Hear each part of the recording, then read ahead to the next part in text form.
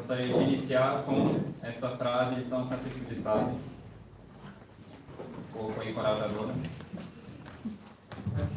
Ai de mim, nós não nos lembramos suficientemente de nossos queridos falecidos, sua memória parece terminar com o som dos sinos do funeral.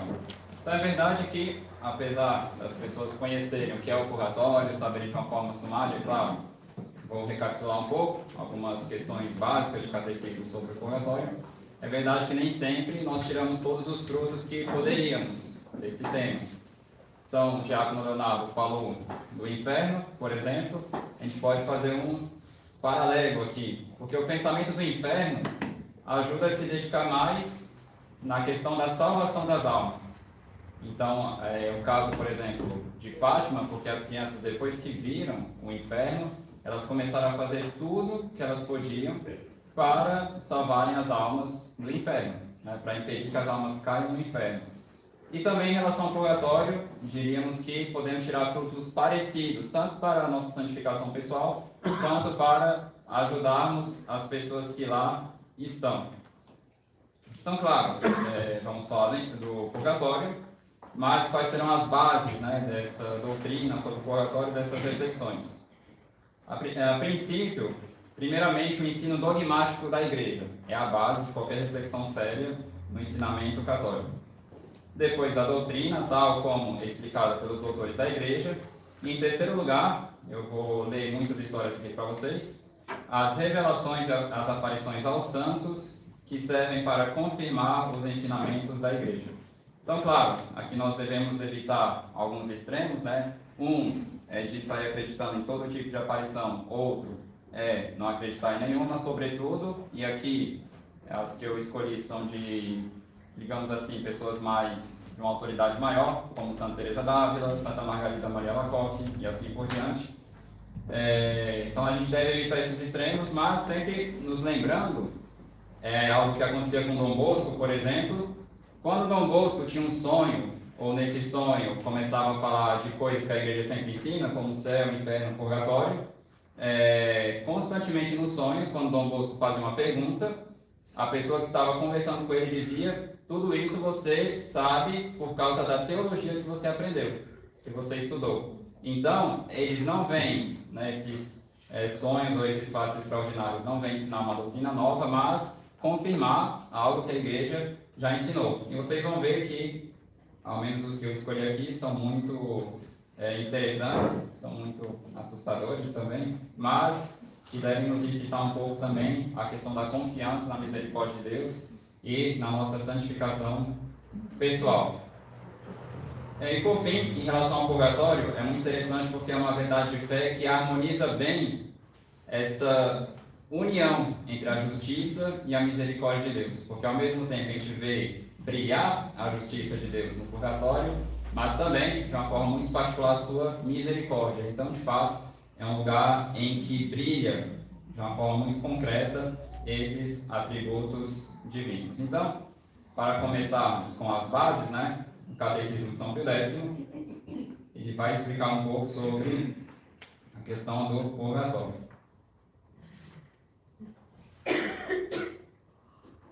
Então, quando vai falar do nono artigo do credo, se diz o seguinte: este nono artigo se refere principalmente à igreja militante, à igreja em que estamos atualmente. Mas, quando fala da igreja militante, a gente se refere ao que também? Os membros da igreja encontram-se parte no céu, ou seja, a igreja triunfante, parte no purgatório, que formam a igreja padecente, que são aqueles que estão sofrendo, pagando as dívidas que não foram expiadas totalmente aqui na terra, e outra parte na terra, e formam a igreja militante. Essas diversas partes da igreja constituem uma só igreja e um só corpo, porque tem a mesma cabeça que é Jesus Cristo, o mesmo Espírito que as anima e as une, e o mesmo fim que é a felicidade eterna, que uns já estão gozando e que outros esperam.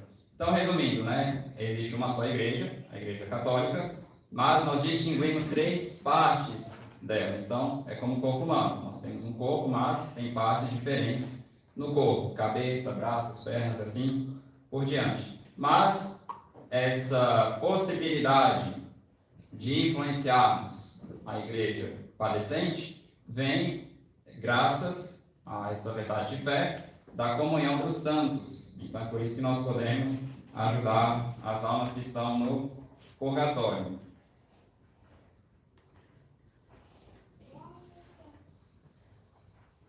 Mas, de onde vem essa necessidade do purgatório?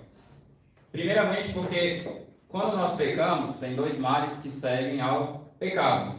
Um é o mal da culpa, né? Então nós temos uma culpa venial e uma culpa mortal, né? Dependendo do tipo de culpa.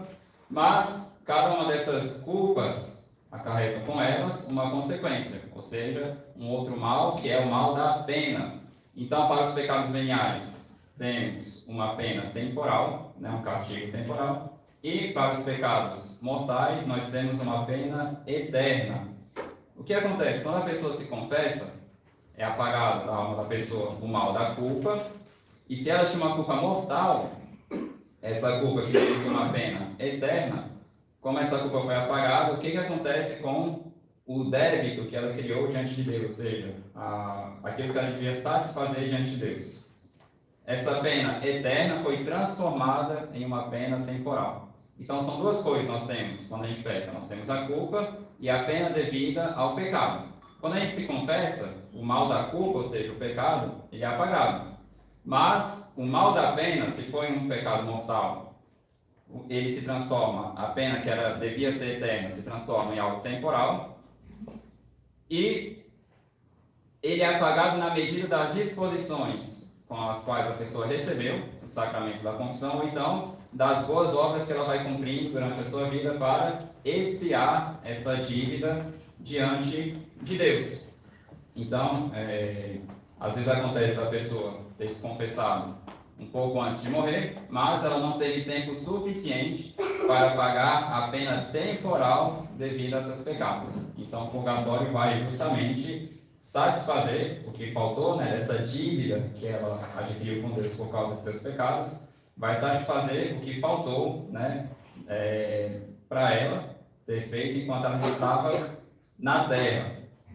Então, tem alguns casos bem curiosos, né, para falarmos de Nossa Senhora de Fátima, porque teve em uma das conversas, nas aparições de Nossa Senhora, começaram a perguntar: tal pessoa está no céu? Nossa Senhora disse sim. E tal pessoa? Também. E pessoa Y? Nossa Senhora disse: está no purgatório e vai ficar lá até o dia do juízo final. Né? Então, foi um caso curioso, né?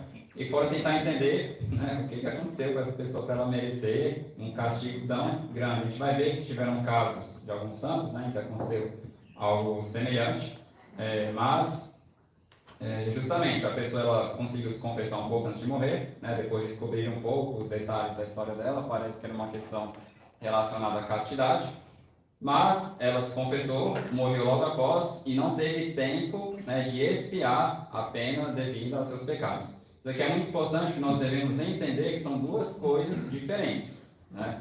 A culpa que o pecado acarreta e o castigo devido a essa culpa. Eu vou contar aqui também quais são os meios que a Igreja sempre ensinou para bem satisfazermos a essas culpas. Então aqui tem um livro bem interessante do Padre Faber, onde ele fala muitas coisas sobre o purgatório, né? Ele também cita muitas visões autorizadas e de santos renomados, né? E tem algumas histórias que nos fazem entender um pouco melhor, né, essa beleza de ajudarmos as almas no purgatório. Então, tem uma parte do livro que ele fala de almas santas e almas pecadoras. Eu vou ler bastante para vocês nessa conferência. Então, ele fala: nós devemos rezar pelos pecadores ou pelas santas almas do purgatório? Estaria eu deixando o assunto muito incompleto se não considerasse com certo detalhe a devoção às santas almas do purgatório. E tratarei não tanto de práticas particulares, que podem ser encontradas nos manuais, mas do espírito da devoção mesmo. Rosignoli, em seu livro Maravilhas de Deus no Purgatório, que ele escreveu a pedido do beato Sebastião Valfré, do Oratório de Turim, descreve dos análises dominicanos um interessante debate entre dois bons frades acerca dos respectivos méritos da devoção à conversão dos pecadores e da devoção às santas almas. Irmão Bertrando era um grande defensor dos pobres pecadores, celebrando constantemente missas para eles e oferecendo todas as suas orações e penitências para obter-lhes a graça da conversão. Os pecadores, ele dizia, sem a graça estão no estado de perdição. Espíritos maus estão continuamente lhes tramando emboscadas para livrá-los da visão beatífica e carregá-los para os tormentos eternos. Nosso Senhor desceu do céu e morreu a mais dolorosa morte por eles. Que trabalho pode ser mais elevado que imitá-lo e cooperar com ele na salvação das almas? Quando uma alma é perdida, o preço de sua redenção é também perdido. Ora, mas as almas do purgatório estão salvas. Elas estão seguras de sua salvação eterna. É verdade que estão jogadas no mar de dores, mas elas estão seguras de sair de lá em algum momento. Elas são amigas de Deus, ao passo que os pecadores são seus inimigos, e ser inimigo de Deus é a maior miséria da criação. Então, o frade, amigo dele, irmão Benedetto, era igualmente um defensor entusiasta das almas sofredoras no purgatório. Ele oferecia a elas todas as suas missas livres, assim como suas orações e penitências. Os pecadores, ele dizia, estão presos pelas correntes de sua própria vontade. Poderiam abandonar o pecado se desejassem. O jogo foi de sua escolha, ao passo que os mortos estão de mãos e pés atados contra sua vontade nos mais atrozes sofrimentos. Caro irmão Bertrando, diga-me, suponha que haja dois mendigos, um saudável e forte, que poderia usar suas mãos e trabalhar se quisesse, mas escolha sofrer a pobreza ao invés de abandonar as doçuras da ociosidade. E outro, doente, aleijado e indefeso, que em sua lastimosa condição não poderia fazer nada, exceto suplicar ajuda com choro e lágrimas, qual dos dois mereceria a maior compaixão, especialmente se o doente estivesse sofrendo as mais intoleráveis agonias? Ora, isso é justamente a situação dos pecadores e das almas santas. Estas estão sofrendo um martírio excruciante e não têm meios de se ajudarem. É verdade que elas mereceram essas dores por seus pecados, mas já estão agora purificadas daqueles pecados e elas devem ter se voltado à graça de Deus antes de morrerem, caso contrário não teriam sido salvas. São agora muito queridas, inexprimivelmente queridas a Deus. E certamente a caridade bem ordenada deve seguir a sábio amor da divina vontade e amar mais o que ele mais ama. O irmão Bertrando, contudo, não cederia, embora ele não pudesse formular uma resposta satisfatória à objeção do amigo. Mas, na noite seguinte, ele teve uma aparição que parece tê-lo convencido, tanto que daquele momento em diante, ele alterou sua prática e passou a oferecer todas as suas missas, orações e penitências às santas almas. Parece que a autoridade de Santo Tomás de Aquino pode ser citada em apoio ao irmão Benedetto quando ele diz: rezar pelos mortos é mais aceitável que pelos vivos, pois os mortos estão em grande necessidade disso e não podem se ajudar como podem os vivos. Então, a gente percebe que tem muita lógica, né, essa questão do purgatório em relação à caridade, porque são pessoas que precisam da nossa ajuda e não podem fazer nada por elas. Então, nós devemos ajudá-los por caridade. Tem outro livro, né, que eu descobri recentemente, do padre François Xavier Schuppan, né, ele é jesuíta, né, um francês, e esse livro aqui é sensacional, é extraordinário, mas confesso que você vai lendo, você vai tremendo um pouco, porque tem umas histórias bem fortes, assim, no sentido de condenar, né, nossa tibieza, né, nossa moleza em servir a Deus. E esse livro basicamente conta a história do início ao fim, né, de Santa Teresa d'Ávila, Santa Margarida Maria Alacoque, enfim, escolhi algumas aqui para, né, nos animarmos um pouco mais nessa questão da ajuda às almas do purgatório.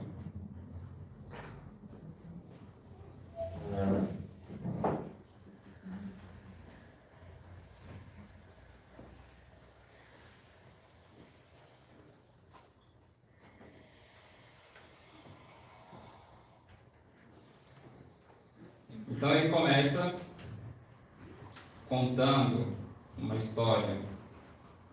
Primeiro ele mostra muito da doutrina, né? Cita muitos santos, doutores, padres da igreja, São Roberto Bellarmino, Santo Agostinho, São João Crisóstomo, ele cita muita gente.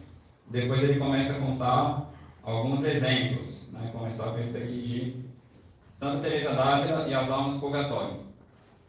Santa Teresa tinha grande caridade para com as almas do purgatório e as assistia com suas preces e boas obras, tanto quanto estava em seu poder. Em recompensa, Deus mostrava-lhe frequentemente as almas que era livrava. Ela as via no momento de sua libertação dos sofrimentos e de sua entrada no céu. Elas geralmente vinham do seio da terra. Eu recebi notícias, escreve Santa Teresa, da morte de um religioso que tinha anteriormente sido provincial desta província e depois de uma outra. Eu o conhecia e ele me prestou grande serviço. Isso me causou grande preocupação. Se bem que esse homem fosse recomendável por muitas virtudes, eu estava apreensiva pela salvação de sua alma, porque ele tinha sido superior pelo espaço de 20 anos, e eu temo muito por aqueles que estão encarregados de cura de almas. Muito aflita, fui ao oratório. Lá conjurei nosso Divino Senhor que aplicasse a esse religioso o pouco bem que eu tinha feito durante a vida e suprisse o resto com seus méritos infinitos, de modo que ele pudesse ser livre do purgatório. Enquanto eu pedi essa graça com todo o fervor de que sou capaz, vi ao meu lado direito essa alma vir das profundezas da terra e ascender ao céu com transportes de alegria. Se bem que esse sacerdote fosse avançado em anos, ele me pareceu com as feições de um homem que não teria atingido ainda a idade de 30 anos e com um semblante resplandecente de luz. Então aqui essa história de Santa Teresa d'Ávila. Tem uma história agora de São Luís Beltrán. Fato semelhante é narrado na vida de São Luís Beltrán, da Ordem de São Domingos, no ano de 1557, quando o santo vivia no convento de Valência e a cidade foi atacada pela peste. Um religioso da comunidade, querendo preparar-se fervorosamente para a morte, fez uma confissão geral com o santo. Antes de afastar-se, disse: Padre, se aprover a Deus me chamar, eu retornarei para fazer-lhe conhecer minha condição na outra vida. Ele morreu pouco tempo depois e na noite seguinte apareceu ao santo, dizendo-lhe que estava detido no purgatório por causa de algumas faltas ligeiras que lhe faltava expiar, e pedia-lhe que o recomendasse à comunidade. São Luís comunicou o pedido ao prior, que apressou-se em recomendar a alma do falecido às orações e santos sacrifícios dos irmãos reunidos em capítulo. 6 dias mais tarde, um homem da cidade, que não sabia nada do que se havia passado no convento, veio confessar-se com o padre Luís e disse-lhe que a alma do padre Clemente lhe tinha aparecido. Ele viu a terra abrir-se e a alma do falecido surgir toda gloriosa. Assemelhava-se a uma estrela resplandecente que se elevou nos ares em direção ao céu. Bom, tem uma história aqui também de Santa Francisca Romana, ela é muito grande, eu peguei só uma parte aqui, porque ela foi vendo, tendo uma visão sobre o purgatório, e ela via que as pessoas sofriam diferentes tipos de tormentos. Então, tinha uns que sofriam em relação ao que eles tinham feito, coisas mais graves, coisas mais leves, e na medida em que precisava expiar. Aí teve uma parte que ela chamava de purgatório inferior, que ela disse o seguinte: num purgatório inferior, a Santa Francisca Romana, contemplou leigos e pessoas consagradas a Deus. Os leigos eram aqueles que, depois de uma vida de pecado, tiveram a felicidade de se converterem sinceramente. As pessoas consagradas a Deus eram aquelas que não viveram de acordo com a santidade de seu estado. No mesmo momento, viu descer a alma de um padre que ela conheceu, mas cujo nome não revela. Notou que ele tinha sua face coberta com um véu que escondia uma mancha. Se bem que tivesse levado uma vida edificante, esse padre não tinha observado sempre com uma estrita temperança e tinha procurado muito avidamente os prazeres da mesa. Bom, agora tem outra história aqui, Santo Stanislau Costa. É engraçado, mas a gente vê tremendo, ri tremendo. Bom, tem uma história desse santo, Santo Stanislau Kotska. Deixa eu ver se eu não estou pulando mais aqui.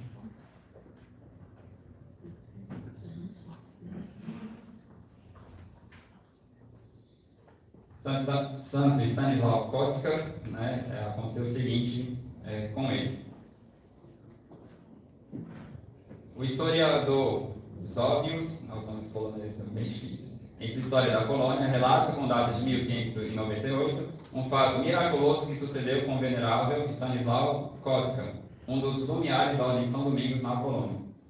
Um dia, quando o religioso, cheio de caridade para com os falecidos, recitava o rosário, viu aparecer perto de si uma alma envolta em chamas. Quando esta lhe pediu que tivesse piedade dela e aliviasse os intoleráveis sofrimentos que o fogo da justiça divina determinara que ela sofresse, o santo homem perguntou-lhe se esse fogo era mais dolorido que o da terra. Ah, respondeu ela, essa alma, todos os fogos da terra, comparados ao do purgatório, são como brisas refrescantes. Stanislau mal pôde crer, e ele disse, eu gostaria de ter uma prova disso.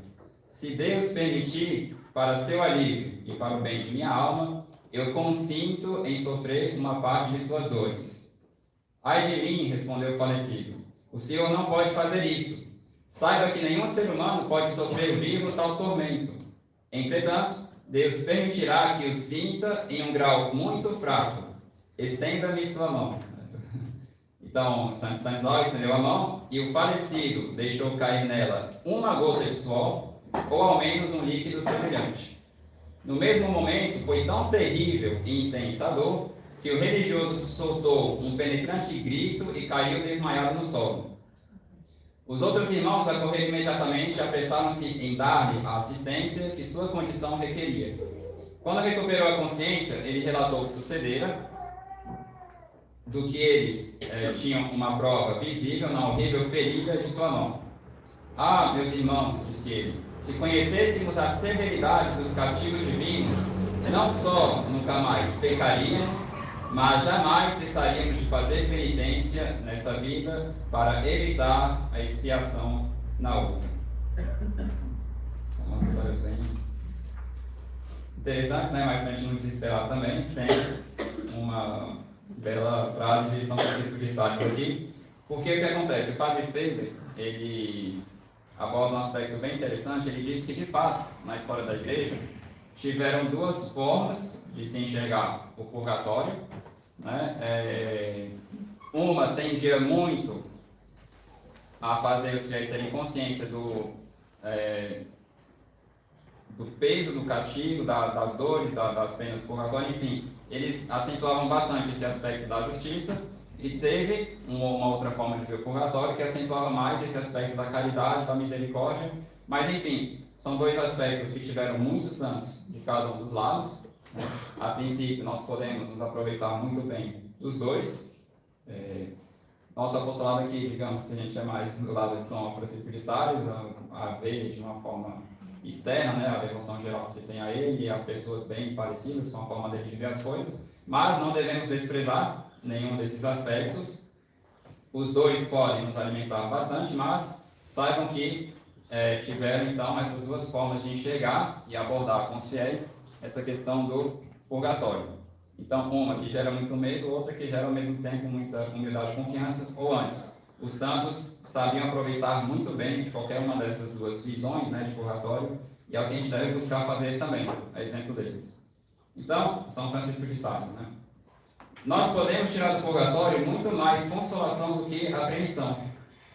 A grande parte daqueles que temem tanto o purgatório pensam mais em seus próprios interesses do que nos interesses da glória de Deus. Isso vem do fato de que eles pensam somente nos sofrimentos, sem considerar a paz e a felicidade que lá são desfrutadas pelas santas almas. É verdade que os tormentos são tão grandes que não têm comparação com os sofrimentos mais adultos desta vida, mas a satisfação interior que lá se goza é tanta que nenhuma prosperidade, nem contentamento desta terra a podem igualar. No purgatório, as almas estão em contínua união com Deus e perfeitamente resignadas com sua vontade. Ou melhor, sua vontade está tão transformada na de Deus que elas não podem querer senão o que Deus quer. Isso de tal modo que, se o paraíso fosse aberto a elas, elas se precipitariam no inferno antes que aparecer diante de Deus com as manchas com que se veem desfiguradas. Elas se purificam voluntária e amorosamente, porque esse é o bom prazer divino. Elas lá querem estar no estado que agrade a Deus, e tão longamente quanto lhe apraza. Já não podem mais pecar, nem experimentar o menor movimento de impaciência, nem cometer a menor imperfeição. Amam a Deus mais que a si mesmas e mais que a qualquer outra coisa. Amam-no com um amor perfeito, puro e desinteressado. São consoladas por anjos e estão certas de sua salvação eterna, cheias de uma esperança que jamais poderá ser desapontada em seus anseios. Sua angústia mais amarga é suavizada por uma certa paz profunda. Se o purgatório é uma espécie de inferno no que diz respeito aos sofrimentos, é um paraíso no que se refere ao deleite infundido pela caridade nos corações das almas dos que ali estão. Caridade que é mais forte que a morte, mais poderosa que o inferno, caridade cujas luzes são todas de fogo e chamas. Feliz estado, conclui o Santo Bispo, São Francisco de Sales, mais desejável que assustador, uma vez que suas chamas são chamas de amor e de caridade.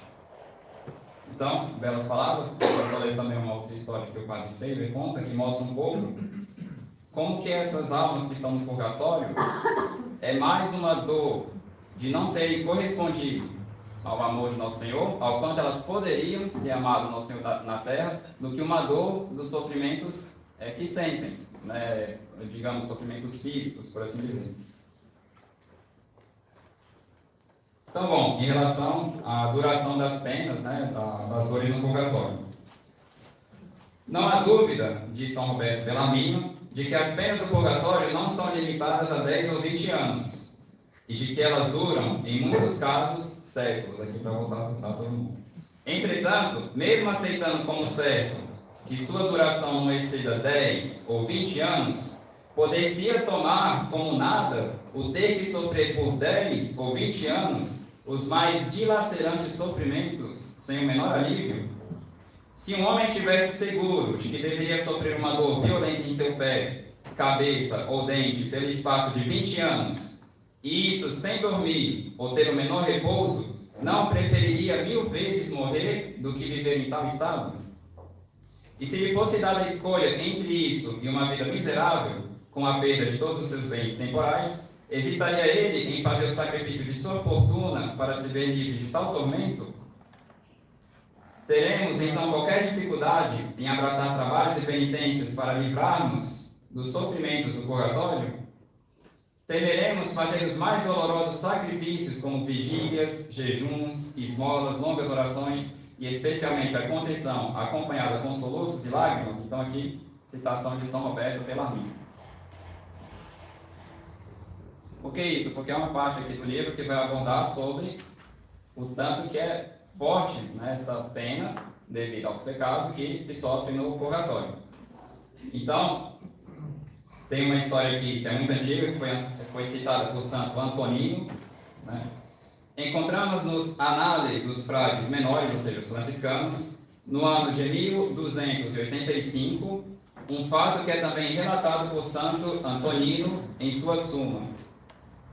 Um homem muito religioso, que sofria já havia longo tempo de dolorosa doença, deixou-se levar pelo desencorajamento e suplicou a Deus que lhe permitisse morrer para ver-se livre dos sofrimentos. Ele não pensou que o prolongamento de sua doença era uma misericórdia de Deus, que queria poupar-lhe mais severos sofrimentos na outra vida. Em resposta às suas preces, Deus encarregou seu anjo da guarda de oferecer-lhe a escolha entre morrer imediatamente e sofrer as dores do purgatório por 3 dias, ou entre morrer imediatamente e sofrer as dores do purgatório por 3 dias, ou suportar sua doença por mais 1 ano, e então ir direto para o céu. O doente não hesitou em escolher os 3 dias de purgatório, e assim morreu, indo para um lugar de tormentos. 1 hora depois de lá ter chegado, seu anjo foi visitá-lo em seus sofrimentos. Ao vê-lo, o pobre condenado queixou-se por ter sido deixado tão longamente no purgatório. E ademais, acrescentou, vós me prometestes que eu permaneceria apenas 3 dias aqui. Seu anjo lhe perguntou, quanto tempo pensa que já sofreu? E ele respondeu, pelo menos vários anos. No entanto, eu deveria sofrer apenas 3 dias. Saiba que está aqui somente há 1 hora, disse-lhe o anjo. A intensidade das dores o engana quanto ao tempo. Faz um instante parecer um dia e 1 hora parecer anos. Ai de mim, suspirou a pobre alma. Como fui tão cego e inconsiderado na escolha que fiz. Rogue ao Senhor, meu bom anjo, que me perdoe e me permita retornar à terra. Estou pronto a submeter-me às mais cruéis moléstias, não apenas por 1 ou 2 anos, mas tão longamente quanto lhe aprouver. É melhor 6 anos de horrível sofrimento na terra do que uma só hora neste abismo de inexprimíveis agonias. Tem uma outra história também, que foi vista, né, por pessoas de muita autoridade na época, bispos e tudo mais. O fato seguinte é tirado de um piedoso autor citado pelo padre Rossignoli. 2 religiosos de eminente virtude rivalizavam um com o outro em levar uma vida santa. Um deles caiu doente e soube por uma visão que morreria logo, que seria salvo e que permaneceria no purgatório somente até que a primeira missa fosse celebrada pelo repouso de sua alma. Cheio de alegria ante essa notícia, apressou-se em partilhá-la com seu amigo e rogar-lhe que não demorasse na celebração dessa missa que lhe abriria o céu. Ele faleceu realmente na manhã seguinte, e seu santo companheiro não perdeu tempo em celebrar o santo sacrifício prometido. Depois da missa, enquanto fazia ação de graças e continuava ainda a rezar pelo falecido amigo, este lhe apareceu radiante de glória, mas num tom docemente queixoso, perguntou por que essa missa, da qual ele tanto necessitava, tinha sido tanto adiada. Meu irmão bendito, respondeu o religioso, dizeis que eu adiei muito? Não vos entendo. O quê? Não me deixaste sofrer por mais de 1 ano antes de oferecer a missa pelo repouso de minha alma? Realmente, meu caro irmão, eu comecei a missa imediatamente após vossa morte. Não haviam passado nem 15 minutos.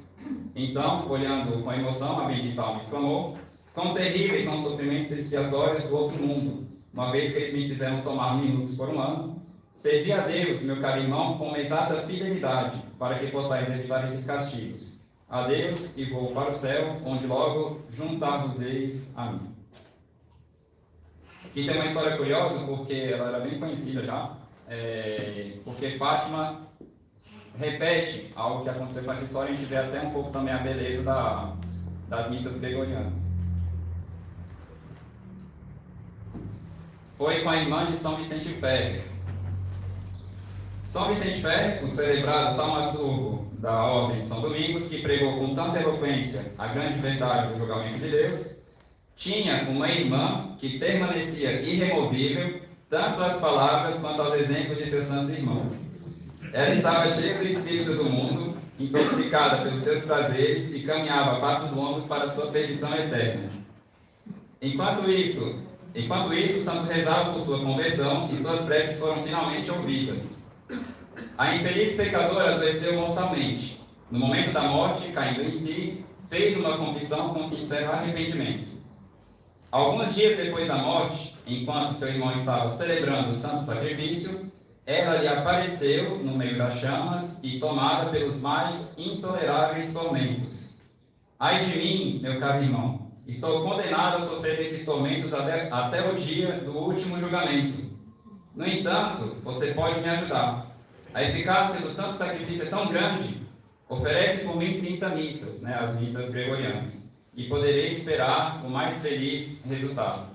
O santo se apressou em atender o pedido, celebrou as 30 missas e no 30º dia sua irmã apareceu novamente, rodeada de anjos e ascendendo ao céu. Graças à virtude do santo sacrifício, uma expiação de vários séculos foi reduzida a 30 dias. Então, a princípio é isso. Tem 2 coisas sobre o purgatório. Primeira coisa, nós podemos ajudar as almas por modo de sufrágio, dependendo do tempo, não vou ter tempo de ler isso, mas, resumindo, isso quer dizer que nós podemos, nossas obras elas têm um valor meritório, um valor impetratório e um valor satisfatório, certo? O valor meritório a gente não consegue passar para outra pessoa, isso é inalienável, mas o valor impetratório e satisfatório nós podemos oferecer para as almas do purgatório, mas Deus aceita por modo de sufrágio, ou seja, Ele não é obrigado a aceitar isso que nós estamos oferecendo por elas, se Ele quiser, isso por disposição da sua sabedoria, da sua justiça e da sua bondade, Ele pode aplicar para outras almas, esses sufrágios. Então, o que acontece? Essa pessoa tinha uma dívida tão grande que ela precisava pagar com Deus, em relação à pena temporal devido a seus pecados, que duraria séculos, Então, chegaria mais ou menos até o dia do último julgamento. Mas a missa, que tem um valor tão grande, infinito, ela é capaz, tem essa piedosa prática das missas gregorianas, de tirar, né, o débito que a pessoa tinha em relação às suas penas.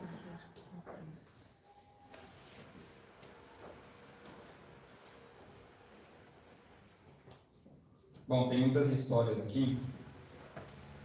Eu não vou ler todas. Vou ler uma interessante, de São José de Anchieta. Mas tem muita história no seguinte sentido. Às vezes, um santo que viu uma pessoa que viveu na comunidade com ela, que depois que a pessoa morreu, apareceu para esse santo, grandes santos, né? Eu vou pular um pouco aqui as histórias, né? Mas que às vezes foi para o purgatório porque quando estava responsável por cuidar da sacristia, no convento, não fazia direito do seu trabalho. Ou então não cumpria direito dos seus deveres de Estado, era sempre por coisas pequenas que às vezes a pessoa não tinha levado a sério a expiação desses pecados. Teve um que me deu muito medo, porque ele foi um santo, né? Era um santo bispo, de fato, canonizado pela igreja, que depois que ele morreu apareceu para uma pessoa, que, enfim, foi uma coisa bem sólida, né? Confirmada por outras autoridades, mas que ele disse que ele foi para o purgatório porque ele não rezava direito o breviário dele, né? Então, por mais que ele fosse um santo, por mais que ele tivesse feito muito bem as almas, quando ele ia rezar, ele rezava de qualquer jeito, ou então sem a atenção devida, sem a preparação devida, rezava muito rápido as pressas, e ele sofreu um tormento de não sei quanto tempo por causa disso, né? Como disse para vocês, são coisas que estão lá para confirmar a doutrina, não para substituir ela, porque nada disso contradiz o que a igreja ensina sobre o purgatório. Então aqui é uma história de São José de Anchieta. O apóstolo do Brasil, né, aqui não tinha sido canonizado ainda, Beato José de Anchieta, como todos os santos, tinha uma grande caridade para com as santas almas do purgatório. Uma vez, no dia 27 de dezembro, festa de São João Evangelista, portanto, durante a oitava de Natal, quando é proibida a celebração de missas de Requiem, para grande espanto de todos, subiu ao altar com os paramentos negros e ofereceu o santo sacrifício pelos mortos. Seu superior, o padre Manuel da Nóbrega, conhecendo sua santidade, não duvidou que ele tivesse tido alguma divina inspiração para fazer isso. Entretanto, para remover dessa conduta o caráter de irregularidade que parecia ter, repreendeu-o na frente de todos. Como, padre, o senhor sabe que a igreja proíbe a celebração da missa com paramentos negros hoje? O senhor se esqueceu das rubricas? O beato, muito humilde e obediente, replicou com respeitosa simplicidade que Deus lhe havia revelado o falecimento de um padre da sociedade, né, um jesuíta. Esse padre, seu companheiro de estudos na Universidade de Coimbra, e que nesse tempo morava na Itália, no colégio da Santa Casa de Loreto, tinha falecido na noite anterior. Deus fez-me conhecer e deu-me a entender que eu deveria oferecer o santo sacrifício por ele imediatamente e fazer tudo em meu poder para o repouso de sua alma. Mas o senhor sabe se a missa celebrada como celebrou, ser-lhe-á de algum benefício? Retrucou o padre Nóbrega. Sim, respondeu Anchieta modestamente. Imediatamente depois do memento dos mortos, quando eu disse as palavras, a vós, Deus Padre Altíssimo, na unidade do Espírito Santo, toda honra e glória, Deus mostrou-me a alma desse caro amigo livre de todos os seus sofrimentos e subindo ao céu, onde sua coroa por ele esperava. Então aqui para concluir, questão do tempo,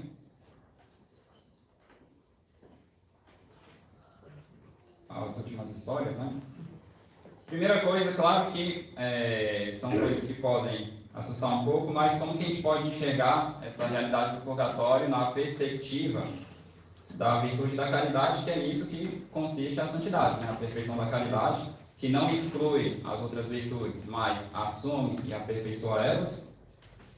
A caridade se alimenta muito dessa verdade de fé do purgatório. Então, de certa forma, podemos dizer que o purgatório foi criado muito particularmente por Deus para aquelas almas que buscam amar sinceramente a Ele. Obviamente, não para colocar elas lá, né, porque não faz sentido a pessoa passar a vida lutando para ir para o purgatório, né, a gente tem que lutar para ir para o céu, né, obviamente. Porque pare para pensar, o purgatório é um lugar onde você vai pagar o que faltou, você dá para Deus. Então, a pessoa já luta, vive para chegar no final das contas devendo coisa para Deus. Claro que a pessoa tem que querer amar a Deus sem medida, como diz São Bernardo de Claraval. A medida de amar a Deus é amar a Deus sem medida. Mas essa verdade do purgatório impulsiona muito nessas almas o amor a Deus e ao próximo. O amor a Deus, por um lado, porque a pessoa vê, ela tem uma certa tristeza em ver que se está no purgatório por culpa própria, porque ela não quis amar a Deus como deveria e poderia. Tanto que, para pessoas que estão buscando sinceramente a santidade, uma pena, em relação assim, quando ela se vê que ela tem que ir para o purgatório, é saber que ela poderia ter amado muito mais a Deus e que ela deixou Deus, esse bem supremo, por tão pouca coisa.